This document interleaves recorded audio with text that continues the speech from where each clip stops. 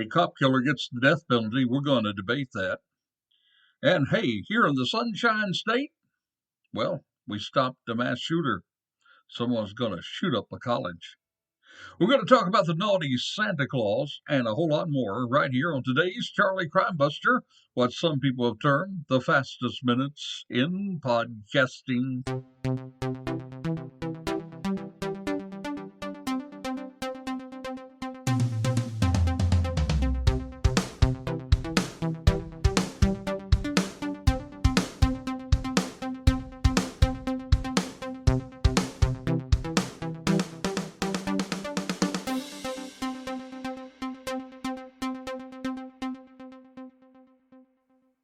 Hello and welcome to the Charlie Crime Buster Talk Show. We're thrilled to have you on board the crime train today. Hey, let me ask you, do you think we still should be using the death penalty? And if you think so, why? Well, the answers may surprise you. And as you have requested, we're going to also have another naughty Santa Claus story for you, especially during this type of the year. Hey, a great Christmas present for us. Well, I'll tell you exactly what it is. It's our new listeners that we gather each and every podcast. I'd like to thank you so much for joining us today. If you would like to listen to more of our Charlie shows, well, we have a ton of them. You can go over to our website. That's at charliecrimebuster.com. Go to the show, hit the menu. Yeah, the menu. There's little markings, the little lines you see on the homepage. There you're going to find the Charlie shows. And there you will find the past ones. Some that include the Gabby Pito case, Rittenhouse, the Almond Arbery case, and the recent school shooting in Michigan. That and a whole lot more. That's right there on charliecrimebuster.com. That's charliecrimebuster.com.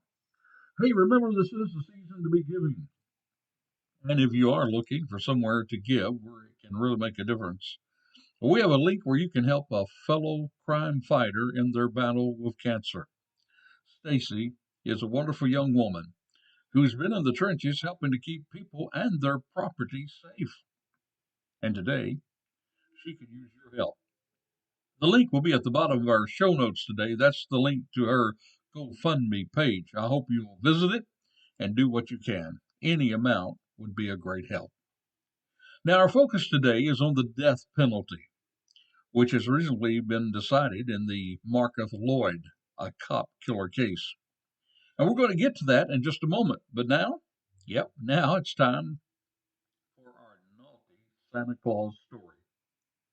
Well, this particular Santa, well, he broke the law up there in the Windy City. That's Chicago. And apparently he thought that his Christmas journey, well, he thought it might be delayed, not by the wind, but by the cops. Again, unfortunately, this Santa had way too much spiked eggnog. That's what it appeared. So here's the story. This drunk Santa was arrested for disorderly conduct against a police officer. That's when he got angry and he kicked a cop right in the shins. Adam Kimlick entered a shop in Lakeview, Chicago, where he began swearing at the patrons. He appeared intoxicated, so, well, the staff members, they escorted him out of the store. Once the police caught up to him, well, he became violent, and this Santa began taking swings at the officers. They did finally manage to detain the old jolly man, and he was charged for his actions. So I guess, my friend, if your Christmas tradition, if it includes leaving out eggnog for Santa, please, please make sure it's not spiked. What we don't need is another drunk, naughty Santa Claus. Now, our major focus today is the death penalty. And just this week, it was again introduced, this time by a jury right here in Orlando, Florida. It was on this past Wednesday that a jury recommended the convicted killer Marcus Lloyd be given the death penalty. Quote, we, the jury, find the aggravating factors are sufficient to warrant a possible sentence of death. Answer, yes. That's what the jury said. Now, Lloyd, he was on the run for the murder of Say Dixon. That was when he killed Lieutenant Deborah Clayton in January of 2017. Shortly after the Senate's recommendation came in, well, Deborah Clayton's family, they spoke on the camera about it, about the verdict. They said, quote, "I'm glad this is over. It's been a long time coming. It's been 5 years almost. I'm just happy it's over." That's what Seth Clayton said. Now, John Minna, he was the chief police when Clayton was killed. He had a message for Lloyd. Here's what Chief says: "I'm glad we will never, never hear your pathetic attempts to excuse your criminal and violent behavior. I'm grateful he's, meaning Lloyd, is going to spend 24 hours a day thinking about what he's done." And the Orlando police chief, he himself, he had something to say about it. Roland says this: "In the years since her death, Lieutenant Clayton's loved ones and entire OPD family waited for the day when the defendant would be held accountable for his heinous crimes. He will now face the highest penalty provided by the law." Roland went on to thank the jury for their service. Now, Lieutenant Clayton believed in building relationships with the community. "We will always remember our friend and co-worker and will do our best to live her legacy." That's what the Orlando Police Department wrote on Twitter. And the Orange County Sheriff's, it said on its Twitter page, "Clayton's sacrifice will, quote, never be forgotten." But now, my friend, people do not altogether agree about using the death penalty. And we're going to discuss the pros and cons of the death penalty in a moment. And I'm also going to give you my own thoughts as to the death penalty during what we call our Charlie Chat. But now it is time for us to introduce to you a very unique, interesting, courageous citizen story of the week.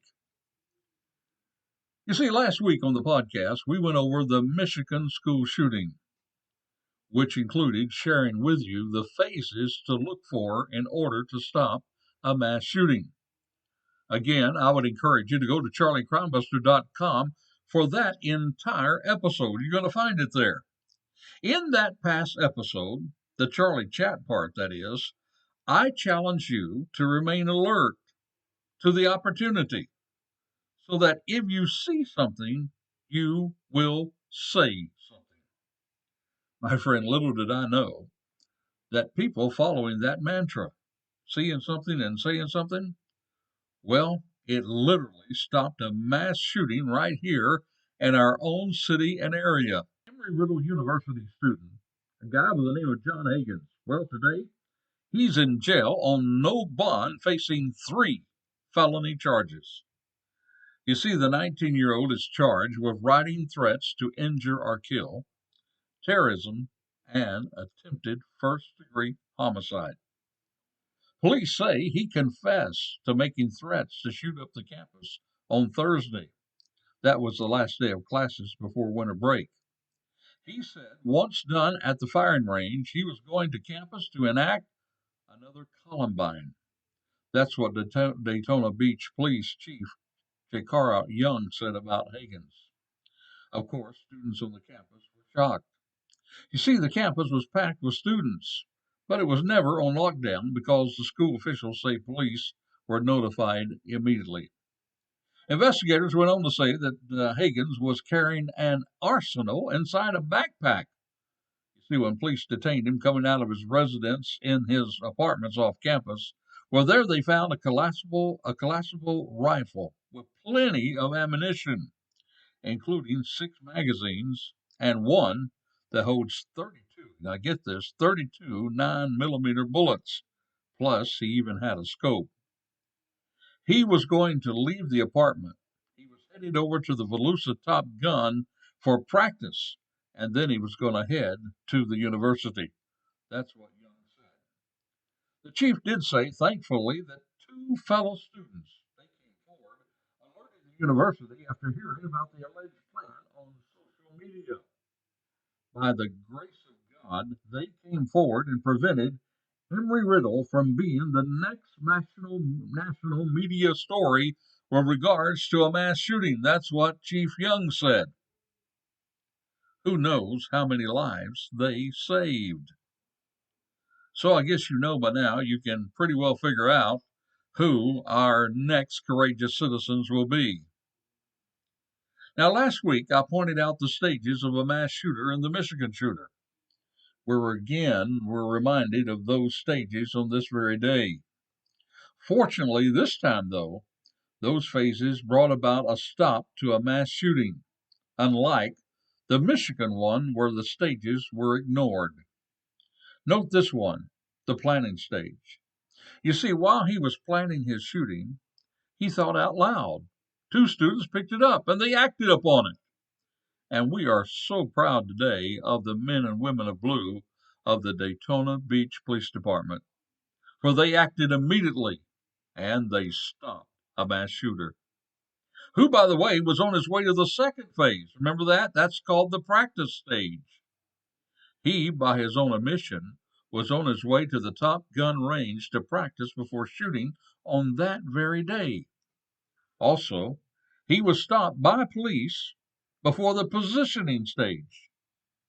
You see, if you want to know the stages and you missed last week's episode again, I encourage you go to charliecrimebuster.com, click the menu, go to Charlie Shows, last week's school shooting episode. However, right now, we want to take the time to recognize our courageous citizen of the week. I actually should say citizens of the week, because these two students, college students here in our area, they were brave enough. They did not just think he was kidding. They didn't think this was something they shouldn't get involved in, but they followed through with the see something, say something mantra. These, indeed, my friend, are our Charlie Crimebusters Citizen of the Week.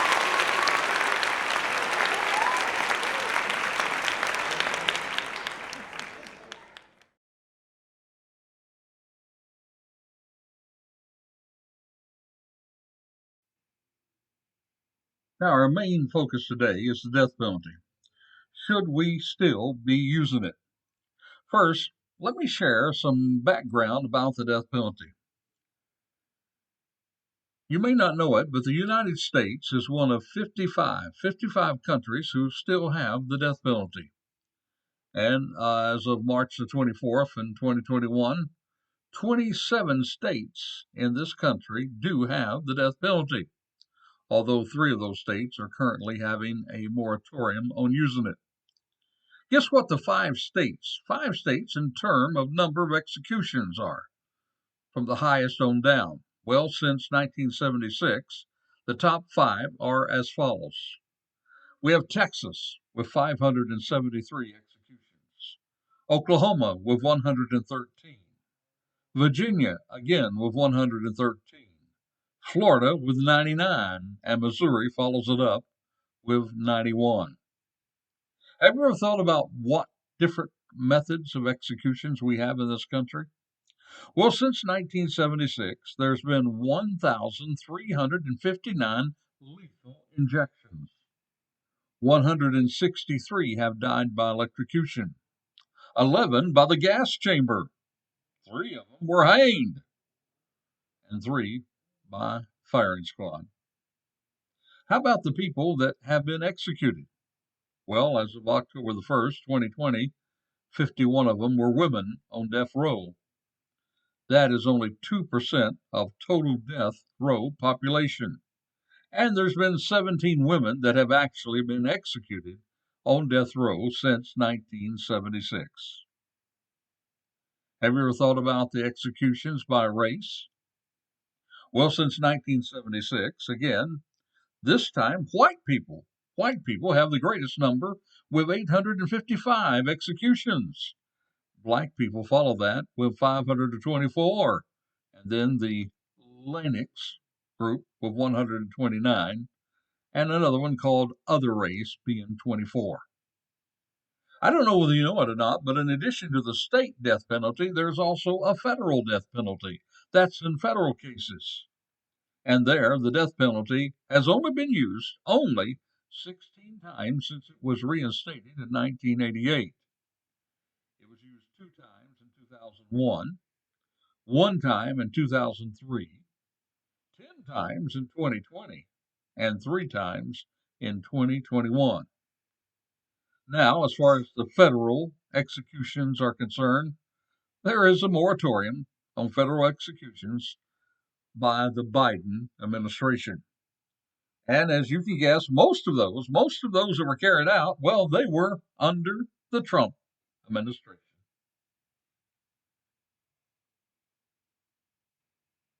That's just a little background on the death penalty in this country.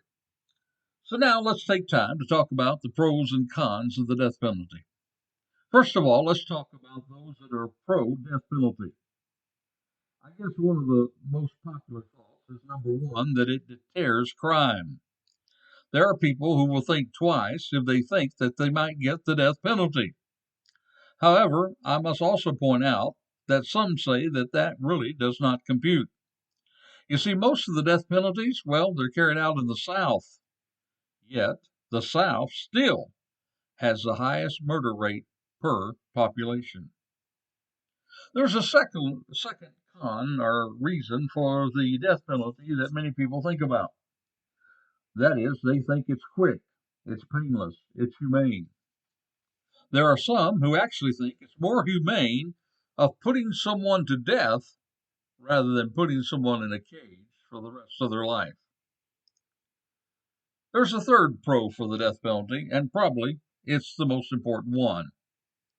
There are those who think that it will appease the victims and their families.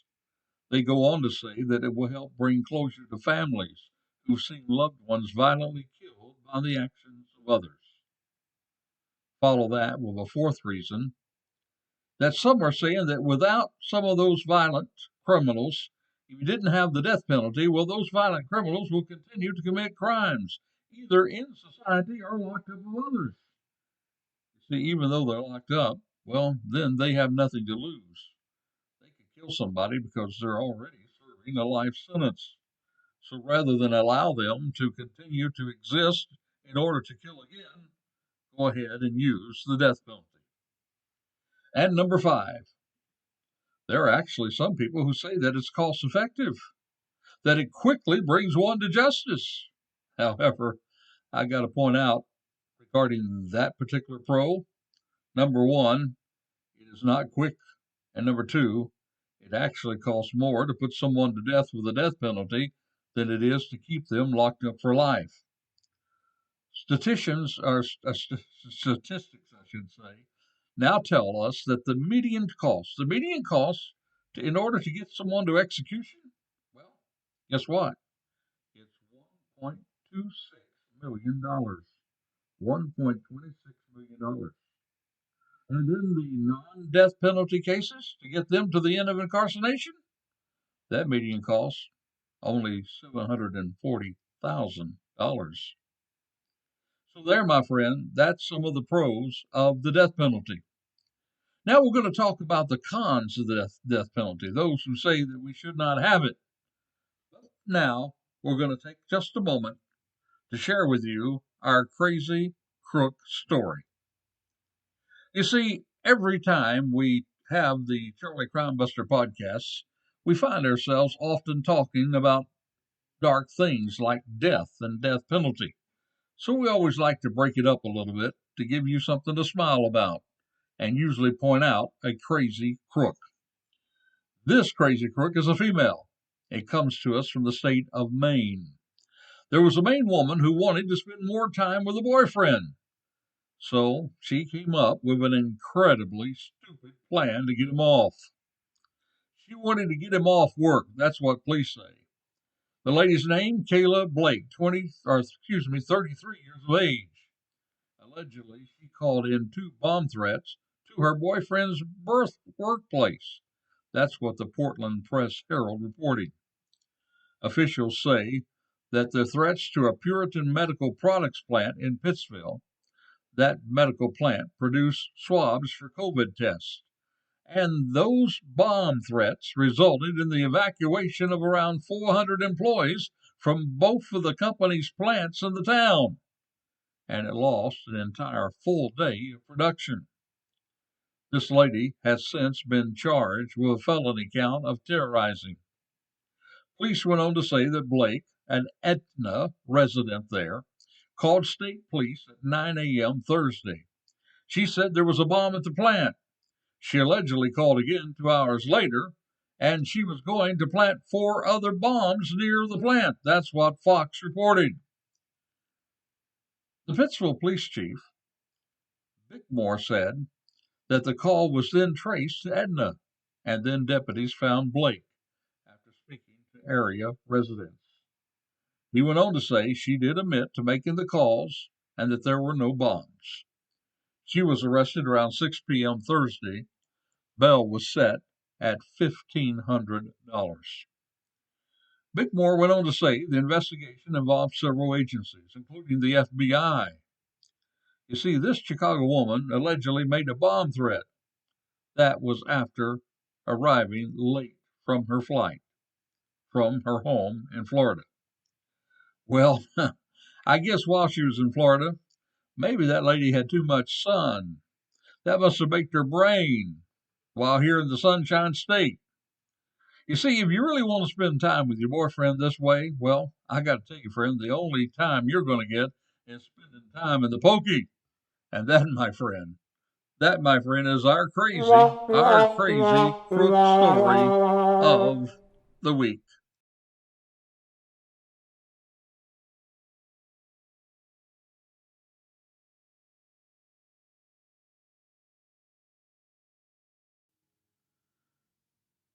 Now, we just shared with you some of the pros for using the death penalty. It's time now to talk about the other part of the debate, the cons of using the death penalty. The reasons there are those who do not support the death penalty. I guess one of the most popular reasons today for not supporting the death penalty is that sometimes innocent people get the death penalty and they may be put to death. You see, with DNA leading the way wrongfully convicted people, well, they have been found, many of them, innocent of the crimes. Stats tell us that as far as execution is concerned, that 1 out of 9 of the persons executed, well, they have been exonerated. And how about those that are already on death row? Well, since 1973, 186 former death row prisoners have now been exonerated of all charges related to the wrongful convictions that had them put on death row. There's another reason that some do not support the death penalty, and that is because of a racial bent justice system. That's according to the National Registry of Exonerations. They are now telling us that there is evidence of racial bias in wrongful convictions in this country. That report found that black people are 7 times more likely to be wrongfully convicted of murder than white people. So that is another reason why some people do not support the death penalty. There is yet a third reason for opposing the death penalty, and that is, by some, it is considered to be a cruel and unusual punishment. In simple terms, we're not to kill. It is morally wrong. This, along with the fact that according to some it does not deter crime and it is more expensive to put someone to death, brings many into the camp of not supporting the death penalty. So there you have it, some of the more popular cons for the death penalty. But let me ask you a question. What do you say? And I'm also going to tell you what I think. What I think about the death penalty in our coming up Charlie chat. But first, I'd like to share with you that in the coming weeks, we're going to be launching a very special website. It's called the Peacemaker Network, and it will enable you to stand with the heroes who are indeed the peacemakers of our country. We're excited about sharing that with you, and we will give you an opportunity to be a part of that organization. In fact, if you'd like to volunteer to be a part of the team, well, just give me an email at charliecrimebuster@gmail.com. That's charliecrimebuster@gmail.com. We'd love to have you as part of the launch team. Also, email me if you have comments or suggestions on some of the Charlie shows. Again, you can reach me at charliecrimebuster@gmail.com. I'd like to also again remind you that you can be a part of helping another crime fighter, a crime fighter who is now fighting cancer. You can do that by going to Stacy's GoFundMe page. It will be listed in today's show notes at the bottom of your podcast. Anything you can give would be helpful. And if you've not yet subscribed to the podcast, please do so. Go over to Apple, leave us a review. All that helps us to get the word out, and it helps us keep people safe. And now it is time for our Charlie Chat. While I do respect people's opinion on the death penalty, I must tell you that I am in full support of the death penalty.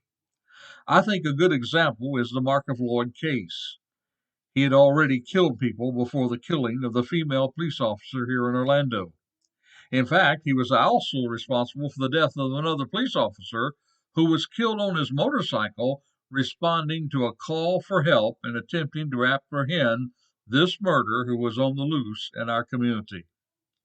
No, I do not think that we have the death penalty, that it will automatically deter crime. It won't stop it, but it will get a murder off the streets, and it will keep them from killing others. I do not believe that it's cost effective. It does cost more to get someone to execution rather than to house them for life in prison. But that to me is sad. It's sad because it should not take that much time to get someone to execution. I believe we can still protect their rights, and we can get someone to execution faster, especially today with science.